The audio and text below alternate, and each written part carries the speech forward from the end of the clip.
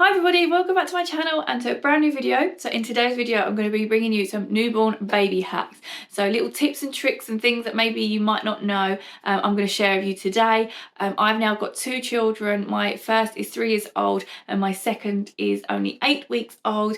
So these are things that I've found out along the way and wanted to share with you today. So without further ado, let's get into the video. So the first thing that I'm going to talk to you about today is nappies.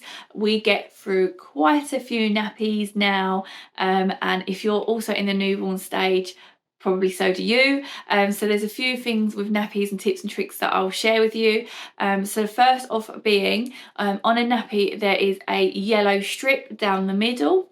Now when the baby has wet the nappy, or the nappy's got wet, this yellow strip turns blue. So you only need to really look at that to sort of notice when the nappy is wet. Obviously sometimes newborns just go a little bit, so they'll be a little bit blue, but it's just an indicator to show you when they have gone and that the nappy needs changing. Also on the nappy there are some sort of frilly bits around the edges, around the legs, just to make sure that those are pulled right out around their legs. This helps stop with leakages, and to make sure everything's contained within the nappy and doesn't spill out. So yeah, just make sure that those are all pulled out the whole way around their legs. So if you have a baby boy, there's a trick as well to wipe their belly before you change their nappy. So we have a girl first and then a boy. So this is something that we've learned this time round because it didn't happen with our girl. But baby boys like to wee as soon as you're starting to change their nappy. So as soon as air gets to them, it kind of makes them wee basically, so a little bit of cold gets to them. So if you just wipe their around the top of their sort of belly button or underneath their belly button, this will help them to go to the toilet before you change them, and before it goes everywhere. So I know it surprised us a few times when we've changed Theo's nappy and he's peed whilst we're changing him. So that's just a really good tip to try. Do that before, and then they'll go before and then you can change them. And also the last one with nappies is, because you're changing them so often, to have a nappy caddy. So this could be just a container or a box or something that you can carry around the house, and it's got nappies, wipes, changing bags, maybe a new set of clothes, everything that you might need in one sort of like station. So you have everything to hand that you need. We didn't have this first time around, but we have now, and it's been a game changer. I love having a nappy caddy. Just knowing that everything there is in one place that you might need to take around with you. So now I want to talk about winding your baby and different techniques that you can do to wind your baby. It's really important that after babies have a feed, to wind them. It can be really uncomfortable if the wind sort of goes down and you don't bring that wind up for them. So there's a few different techniques that really help. Obviously you can have them over your shoulder, bend them over your knee as well, and just sort of rub and tap their backs. Sometimes it helps for dad to do this. They're a bit more heavy-handed than you might be, just to get that wind up. So that could help. Laying them as well over your lap, that's a really good technique as well, and having a little rub and pat their back as well. So that's a really good technique for wind. Having them sat on you upright, and sort of just rotating their body on their hips, that's kind of a really good technique as well. So there's a few things that we've tried with wind. Our daughter Amelia did really struggle with wind, and Theo does tend to a little bit as well. So yeah, we do really spend some good time making sure they're properly winded. Oh, one really good one that I almost forgot is doing bicycle legs. So that's a really great one as well. And you can also do what I call frog legs. So both legs in and out at the same time, and then rotate that between bicycle legs, one at a time, and frog legs. That's a really good one. So now I'm going to share with you some sleep-in hacks and things that we make life a little bit easier at night time. Is that sometimes babies have accidents and they sort of wet through their nappy and their clothes. It goes onto the sheets. So instead of the middle of the night when it's dark, or going into another room to get sheets, is actually double layering the sheets. So have a mattress protector sheet, mattress protector sheet. So then all you need to do is take off the first sheet and mattress protector, and then you've got a fresh clean set underneath that ready to go, and your baby can be changed and popped back down. It saves so much time, especially, as I say, in the middle of the night. If this happens, the last thing you're going to want to be doing is in the dark trying to find where your sheets are and all of that. So just having that all prepped and ready is super handy hack. Babies love to be swaddled as well. So we currently swaddle Theo and he absolutely loves that. And I definitely think he sleeps better being swaddled. Babies have this reaction to sort of lift their arms up as a sort of reflex reaction, which sometimes startles them and wakes them up. So this keeps them really secure, and you just think, when they was in the womb, they were sort of really sort of snug and tight, and this kind of replicates that really. So definitely recommend having a swaddle. Definitely as well, check out what layers are needed for sleeping. I think the ideal temperature is around 19 degrees in a room. So I mean, the temperatures obviously in the UK fluctuate a lot in summer to winter, so you're really going to need to check what layers the baby needs. If they're in a sleep bag, they come in different togs for different weathers, and then they recommend vest, sleep suit as well. So yeah, there's lots of things online for recommendations as what they should wear for what weather. And baby wearing as well. So my baby absolutely loves to be in the sling at the moment. He absolutely loves to be on me. Babies love to be cuddled and cradled. So having a sling this time round, we didn't really use slings much first time round, but this time round it's been an absolute game changer. He loves it. It gives me hands free to be with my toddler, or to get dinner ready, or to put a wash load on, or to tidy the house.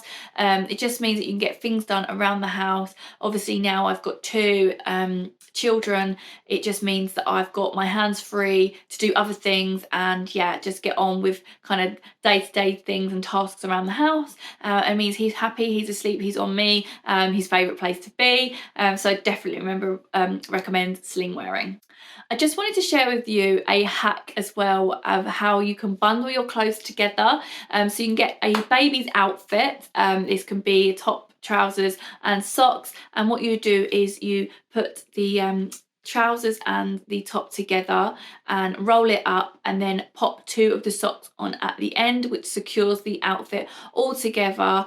So if that outfit's in your bag, all you need to do is pull out that one thing and you've got a whole outfit. This is a really great one. I know when baby need changing, there's always so many things that you need to carry. You need to carry your baby and your bags and this. You just know that as soon as you pull that one item out, that you've got the whole outfit there. So I really love this hack.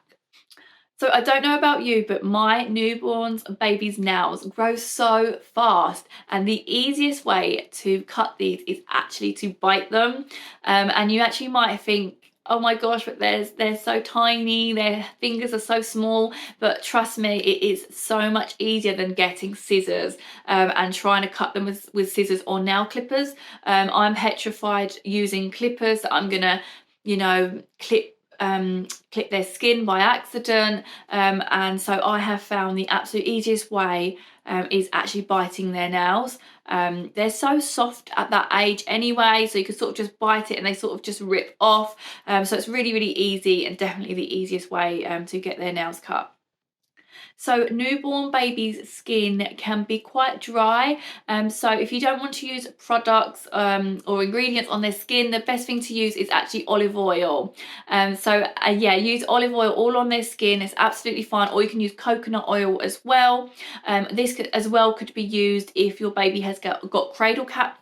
My baby has a little bit of cradle cap, so we use oil on his skin, and that's really helping with the cradle cap as well. We just use a really soft little brittle brush to sort of massage that into his head, but as well all over his skin. Yeah, olive oil, coconut oil, all that sort of natural stuff can be used for their skin. I wanted to recommend a sound machine. Now, you don't specifically have to buy sound machines. We've got an app on our phone that we use, and it's able to control, you know, what sounds we bring in. So whether that's hairdryer, rain, or wind, or anything like that. So you can be a bit of a DJ for the day with those sorts of sounds. So we use an app on our phone, or you can even use your Alexa or your Google Home as well to play white noise in the room if they're in that particular room, or set it up in their nursery. We did that with our daughter. So I don't think you specifically need to go out and buy these baby sound machines that you know, that are quite expensive. So yeah, that's what we use, and that works well for us. And yeah, they work really, really well for them to help settle the babies. And you know, when they're in your womb, when they're in you, that they're used to having the noise of heartbeats and everyday things that they hear whilst they're in there, so they actually really find that comforting. So yeah, definitely recommend some sort of sound machine, or way that you can do a sound machine.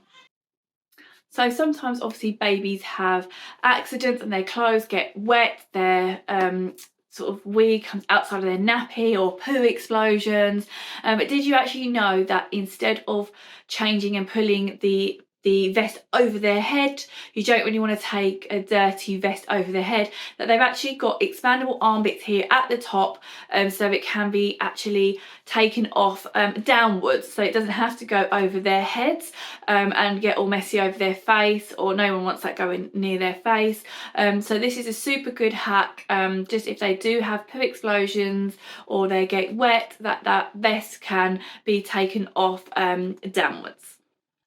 So Theo's just woken up from his nap, so he's going to join me for the last bit of this video. The next hack, guys, that I want to share with you is actually a baby hack for carrying your car seat. Car seats can be quite heavy, and especially as babies get bigger, they become just even heavier. So the hack is actually a way to hold your car seat and then sort of like hook around the side onto your hip. And this way is so much easier than just carrying it by the handle, which can be just awkward and just really, really heavy. So I find this way a lot easier in carrying the car seat. So next hack is actually a way of getting just one wipe out of your wipes at a time. I don't know about you, but I find it so annoying when you're getting a wipe out and just a whole clump of them come out all together. So actually, if you tie a hairband around this one side of the wipes, this will just help. Hey, you're okay. This will just help them stay in and just pull one out at a time. So the very last hack I'd like to share with you today is a way of helping you change your baby without their arms going everywhere. So actually, if you lift the vest up and conceal and clip at the top their vest, so their arms are within the vest, just this means that their arms are out the way and you can change your baby easily without them getting in the way. So that is all my newborn baby hacks for you. I hope you liked this video. If you did, please do give it a nice big thumbs up for me and consider subscribing to my channel. And thank you so much, and I'll see you in my next video. Bye guys. Bye.